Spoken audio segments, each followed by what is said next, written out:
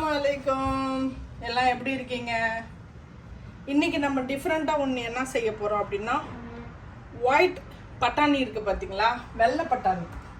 இதை பாருங்க,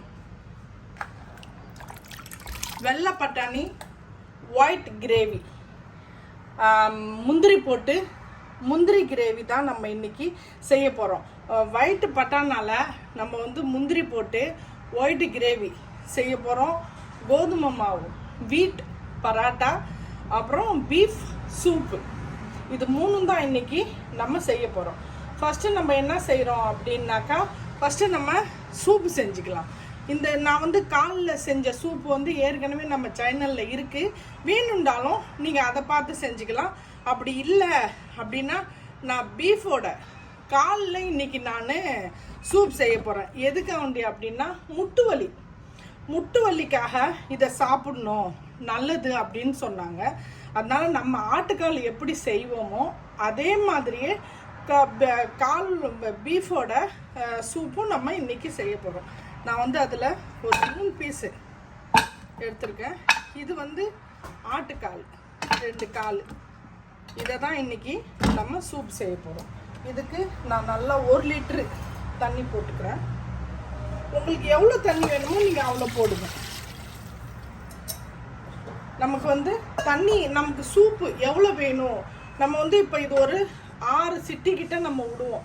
அப்போ அது எவ்வளோ தண்ணி இழுத்துட்டு எவ்வளோ தண்ணி நமக்கு சூப்பாக கிடைக்கும் அப்படின்றத தெரிஞ்சுக்கிட்டு நம்ம செஞ்சுக்கலாம். நான் இன்னும் ஒரு 6 லிட்டரு தண்ணி போட்டுக்கிறேன்.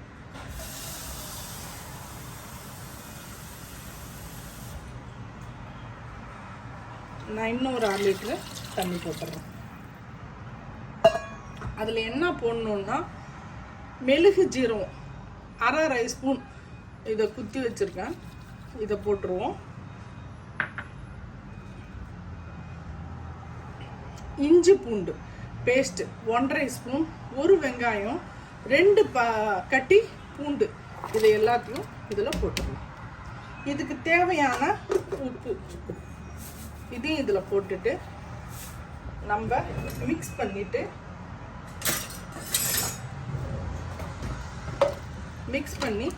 இந்த காலை நம்ம சூப் அடுப்பில் ஏற்றிட்டோம்னு வச்சுங்களேன். இது ஆவாக நம்ம அது கூட வேறு என்ன சமைக்கிறோமோ அதை நம்ம சேர்த்து செஞ்சுட்டே வரலாம். அதனால ஃபஸ்ட்டு இந்த குக்கரை நான் அடுப்பில் ஏற்றிடுறேன். இந்த வீடியோவுக்கு மெயின் என்ன அப்படின்னா, நம்ம வந்து வெள்ளைப்பட்டாணி முந்திரி கிரேவி தான் செய்ய போகிறோம். அதுக்கு என்ன தேவைன்றதை நம்ம ஃபஸ்ட்டு பார்த்துடலாம். நம்ம இப்போ மெயின் வந்து என்னன்னா, வெள்ளை பட்டாணி முந்திரி கிரேவி தான் நம்ம இப்போ செய்ய போகிறோம். அதுக்கு நான் வந்து ராத்திரியே இதை ஊற வச்சு வெள்ளை பட்டாணி வச்சுட்டேன். முந்திரி வந்து நமக்கு எவ்வளோ தேவையோ அவ்வளோ போடலாம். நம்ம கம்மியாக வேணால் கம்மி, ஜாஸ்தியாக வேணால் ஜாஸ்தி போடலாம். நான் வந்து ஒரு 1/2 கப்பு முந்திரி எடுத்து 2 இந்த மாதிரி உடச்சி வச்சுருக்கேன். இதை இது கூட சேர்த்துக்கலாம். அதுக்கு தேவையானது ஒரு 2 தக்காளி, 2 வெங்காயம், அதை நம்ம வச்சுக்கலாம். தேங்காய் உங்களுக்கு எவ்வளோ மசாலா வேணுமோ அந்த அளவுக்கு நான் வந்து 4 ஸ்பூன் தேங்காய் எடுத்திருக்கேன். 1 ஸ்பூன் பெருஞ்சீரகம், 1/2 ஸ்பூன் மெழுகு, 1/2 ஸ்பூன் ஜீரகம், 5 பச்சை மிளகா, 4 ஏலக்காய், 3 கலாம்பரு, 1 பட்டை. இதுதான் இதுக்கு தேவையானது. இதை வந்து நம்ம நைஸாக அரைச்சிக்கலாம். இதை வந்து நம்ம இப்போ வதக்கிட்டு நம்ம மசாலா செய்வோம். வாங்க எப்படி செய்கிறதுன்னு பார்ப்போம். இதுக்கு வந்து சன்ஃப்ளவர் ஆயில் தான். உங்களுக்கு வேணுன்ற அளவுக்கு நீங்கள் எண்ணெய் போட்டுக்கலாம். நிறையாவும் போடலாம், கம்மியாகவும் போடலாம். ஏன்னா இது கிரேவின்றதுனால. இது வந்து பரோட்டா, சப்பாத்தி, பூரி எல்லாத்துக்குமே செம்மையான ஒரு டிஷ்ஷு. வெஜ்ஜு சாப்பிட்றவங்களுக்கு கறி மசாலா கொடுத்து நம்ம இதை செய்ய போகிறோம். அவங்களுக்கு இது ரொம்பவே பிடிக்கும். ஏன்னா இது வந்து எல்லாத்துலேயும் சாப்பிட்லாம். சுட சுட சோறு வடித்து நம்ம அதுலேயும் இதை சாப்பிட்லாம். இது எல்லாத்துக்குமே இது ஒரு டிஷ்ஷு செட் ஆகும். என்ன போடணுன்றதை நம்ம பார்ப்போம். நம்ம வெங்காயம் போட்டுக்கலாம். வெங்காயம் நல்லா செவக்கட்டும். நல்லான்னா கருப்பு கலர் ஆகக்கூடாது, கொஞ்சம் வெள்ளையாகவே இருக்கணும். ஏன்னா ஒயிட் கிரேவின்றதுனால கொஞ்சம் வெள்ளையாகவே தான் இருக்கணும்.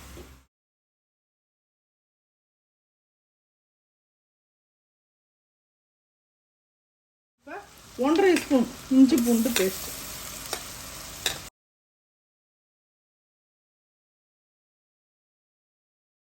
தக்காளி போட்டுடலாம்.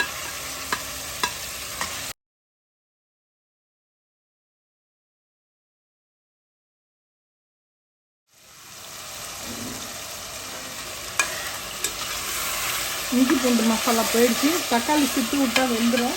நம்ம இப்போ இந்த அரைச்சி வச்சுருக்கோம் பார்த்தீங்களா, இந்த தேங்காய், மெழுகு ஜீரகம், இது எல்லாத்தையும் இதில் போட்டுருவோம்.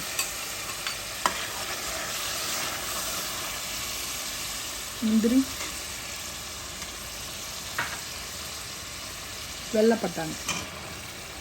வெள்ளை பட்டாணிலே நம்ம வெள்ளையாக கிரேவி செய்கிறது ரொம்ப நல்லாயிருக்கும். இப்போ இது எல்லாத்தையும் நம்ம ஒரு 5 சிட்டி விடலாம். இதை நான் கொஞ்சம் கழுவி விட்டுக்கிறேன். பட்டாணி அதில் முழுகிற அளவுக்கு நீங்கள் தண்ணி ஊற்றிக்கோங்க.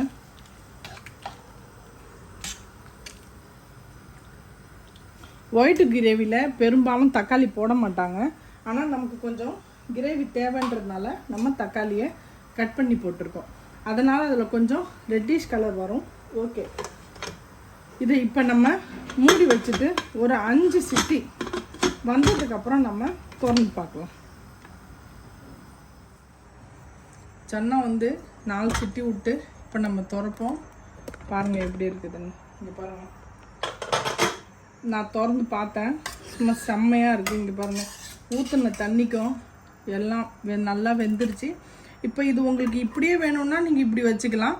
இன்னும் கொஞ்சம் உங்களுக்கு கட்டியாக வேணும் கிரேவி அப்படின்னா நீங்கள் கட்டியாக பண்ணிக்கலாம். ஆனால் இது இப்படியே வச்சாலே இது கட்டி ஆகிடும்.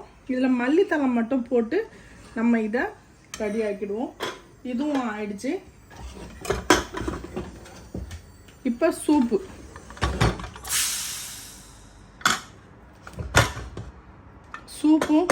சும்மா செம்மையாக ஆயிடுச்சு பாருங்கள்.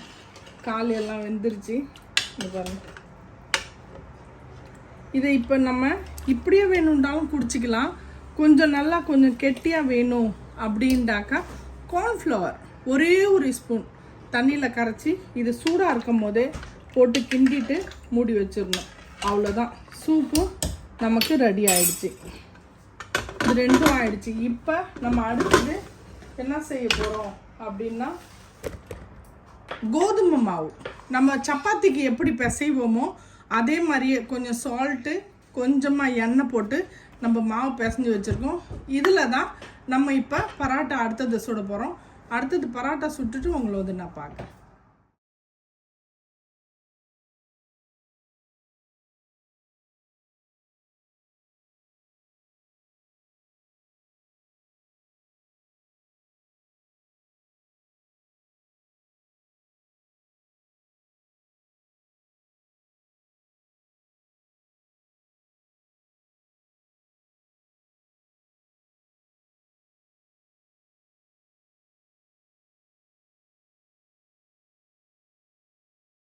செம்மையாக சூப்பராக சன்னா கிரேவி. இங்கே பாருங்கள், முந்திரி சன்னா கிரேவி எவ்வளோ நல்லா செஞ்சுட்டோம் பாருங்கள்.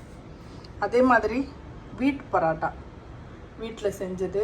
அதே மாதிரி பீஃப் காலில் சூப்பு, சேலட். இதுதான் நம்ம இன்றைக்கி நம்மளோட சாப்பாடு. செம்மையாக இருக்குல்ல. இதே மாதிரி சன்னா நீங்கள் செஞ்சு சாப்பிட்டீங்கன்னா பூரி, சப்பாத்தி, பரோட்டா, ரைஸ் எல்லாத்துலேயுமே சாப்பிட்லாம். நல்ல ஒரு விட்டமினான ஒரு சன்னா தான்.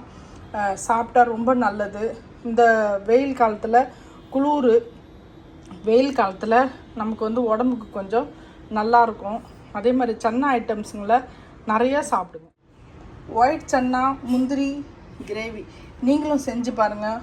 உங்களுக்கும் இது பிடிக்கும்னு நினைக்கிறேன். அப்படி பிடிச்சிச்சு அப்படின்னா நம்ம குக்கிங் பை நிஷா சேனலுக்கு லைக் பண்ணுங்கள், ஷேர் பண்ணுங்கள், கமெண்ட் பண்ணுங்கள், மறக்காமல் பெல் பட்டன் கிளிக் பண்ணுங்கள். இன்ஷா அல்லாஹ் நான் இன்னொரு வீடியோடு சந்திக்கிறேன். பாய்.